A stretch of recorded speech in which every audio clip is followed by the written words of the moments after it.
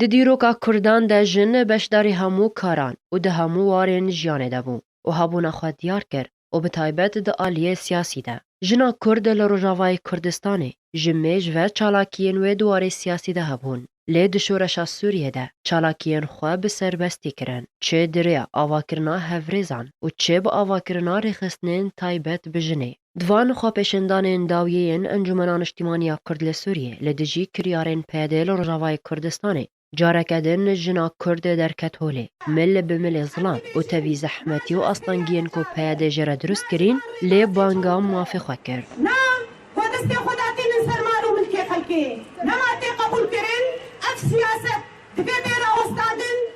Jina Kurd îro li Rojavayê Kurdistanê cihê xwe girtiye û gihaye cihê biryarê. Lewma pêdê dixwaze rola wê biçewsîne û wê ji mafê wê yên rewa dûr bike. دیار جمرد وی دما داوی ده اف چالاکی گو انجمانا می نشتمانی کردی گو پیراد بو جن خودی رول بو خودی باندور بو هجمارک باش جنه تید بشدار بون د جیوان کریاری گو ج آلیه ریو بریا خو سر ده وک عسکریان چار افری بازی گو سر زارو که مفرز بونه اف گو دستی خوداتی نن سر مالو ملکی خلکی جنجی بتندی افکارانا شرمزار دگرن و افکریارانا تevî ku pêdê banga azadiya jinê dike û tim berxwedan û qaramaniya wê wasif dike, lê îro di xwepêşandanên enekesê de pêdê rastiya xwe diyar kir. Dema êrişî jin û keçên ku beşdarî xwepêşandanan bûyîn kirin.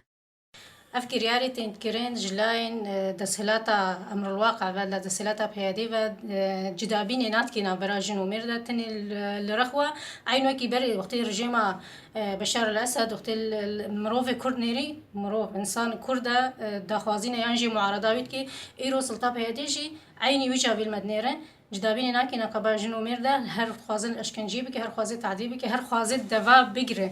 Di berdewamiya desthelata rejima Esed her tim mafê Kurdan dihate binpêkirin û bi taybet mafê jinê. Niha jî Partiya PYD wan binpêkirinan berdewam dike wekû berdewamiyekî ji siyaseta behsa şûfînî re. Helepçe Sedûn, ARK.